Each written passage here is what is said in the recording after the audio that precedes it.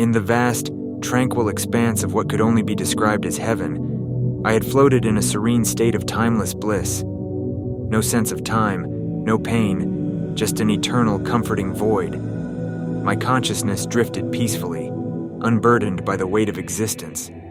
Suddenly, an intense, searing light shattered the darkness, piercing my awareness like a lance of molten steel. The tranquility was ripped away as if by a violent storm, and I felt a force pulling me with a terrifying, unstoppable momentum. The first sensation was a sudden, brutal rush of cold. My body, once forgotten, was now solid and agonizingly real. My skin tingled and burned as if awakening from centuries of frost. I gasped, my lungs heaving painfully as they took in the first breath, the air feeling like shards of glass scraping my insides. My heart, long dormant, jolted to life with a thunderous, irregular beat, each thud sending waves of agony through my chest. Veins and arteries, once inert, now pulsed with the violent reintroduction of blood, a fiery river surging through my body. I could feel my muscles convulsing, spasming uncontrollably as they remembered their purpose, and my nerves ignited with raw electric pain.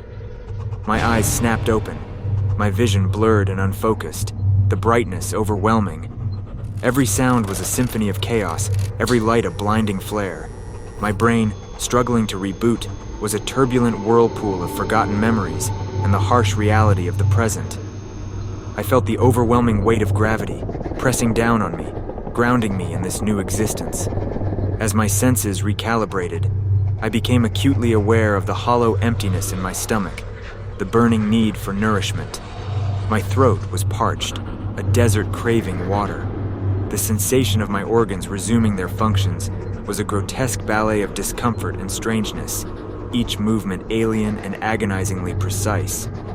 Fear gripped my mind. I had been at peace, lost in the comforting embrace of nothingness, and now I was thrust back into the harsh, unforgiving reality of existence. The transition was a cruel resurrection, a brutal reminder of mortality and suffering. My limbs, weak and trembling, tried to move. The effort was monumental, each joint and tendon screaming in protest. My skin, sensitive and raw, registered every brush of air, every minute shift in temperature. The sensations were overwhelming, an assault on my newly reanimated body. I tried to scream, but my voice was a ragged, broken whisper, my vocal cords straining after centuries of silence. The sound was a pitiful echo in the sterile, metallic chamber where I found myself. Machines hummed and beeped around me, their cold, mechanical efficiency a stark contrast to the organic pain I felt. My mind, a whirlpool of fear and confusion, struggled to grasp the enormity of what had happened.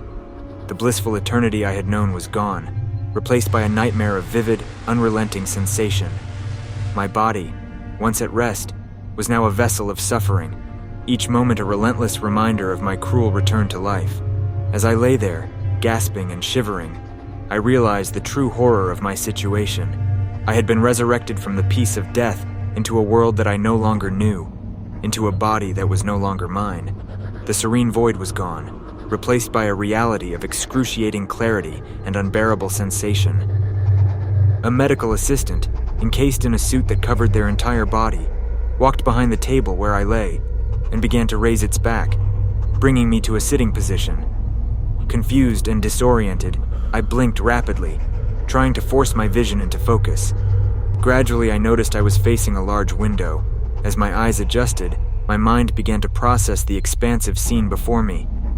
The view was dark and unfamiliar. Staring into the void, I began to notice faint flickers of light in every direction. The lights grew more prominent as my eyes adjusted. Leaning forward as much as my weak body allowed, I continued to process what I was seeing. In the next moment, a wave of terror and realization rushed through me. I didn't know where I was. I had expected to see the bustling streets of the city, but instead, I was greeted by a flurry of lights. Suddenly, as if my mind had finally assembled the pieces of a horrific puzzle, the truth of the situation hit me. This wasn't the view of a city from a hospital. This was something else. Where am I?